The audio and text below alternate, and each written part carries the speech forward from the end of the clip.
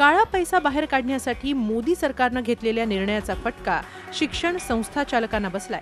Donation, देणग्या यातून कमावलेला कोट्यवधी रुपयांचा पैसा आता बँकेत कसा जमा करायचा असा मोठा प्रश्न अनेकांना पडलाय। नुकतीच वैद्यकीय, इंजिनिअरिंग आणि सर्वच क्षेत्रातील प्रवेश प्रक्रिया पार पडली आहे। त्याचा हिशोब पूर्ण होत नाही तोवर 500 आणि 1000 रुपयांच्या नोटा सरकारनं चलनातून काढून घेतल्या। आता बँकेत जमा करायचे आदेश जारी झाले। कोचिंग क्लासच्या नावाखालीही जमा होणाऱ्या शुल्काचा हिशोबही द्यावा लागणार आहे। या निर्णयानंतर शिक्षण सम्राटांमध्येही भीतीचे वातावरण असून ॲडमिशनच्या नावाखाली कमवलेला काळा पैसा सफेद करण्यासाठी शिक्षण संस्था म्हणून असलेले सर्व फायदे आणि सर्व पर्याय अवलंबण्याचा प्रयत्न सध्या खासगी शिक्षण संस्थांकडून केला जातोय। यासाठी शिक्षण संस्था कायदे तज्ञांचा सल्ला घेत आहेत। कोणत्या पळवाटा काढण्याचा प्रयत्न होतोय ते पाहूया। डोनेशनच्या पैशांचं करायचं काय? डोनेशनमधून कोट्यवधींची माया शिक्षण सम्राट कमवतात।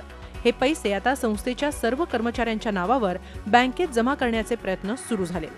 कॉलेजच्या नावावर जमिनीचा व्यवहार करता येईल का याची चाचपणी होतीये। काळा पैसा देणगीच्या नावावर खपवता येईल का त्यासाठीही प्रयत्न सुरू आहे।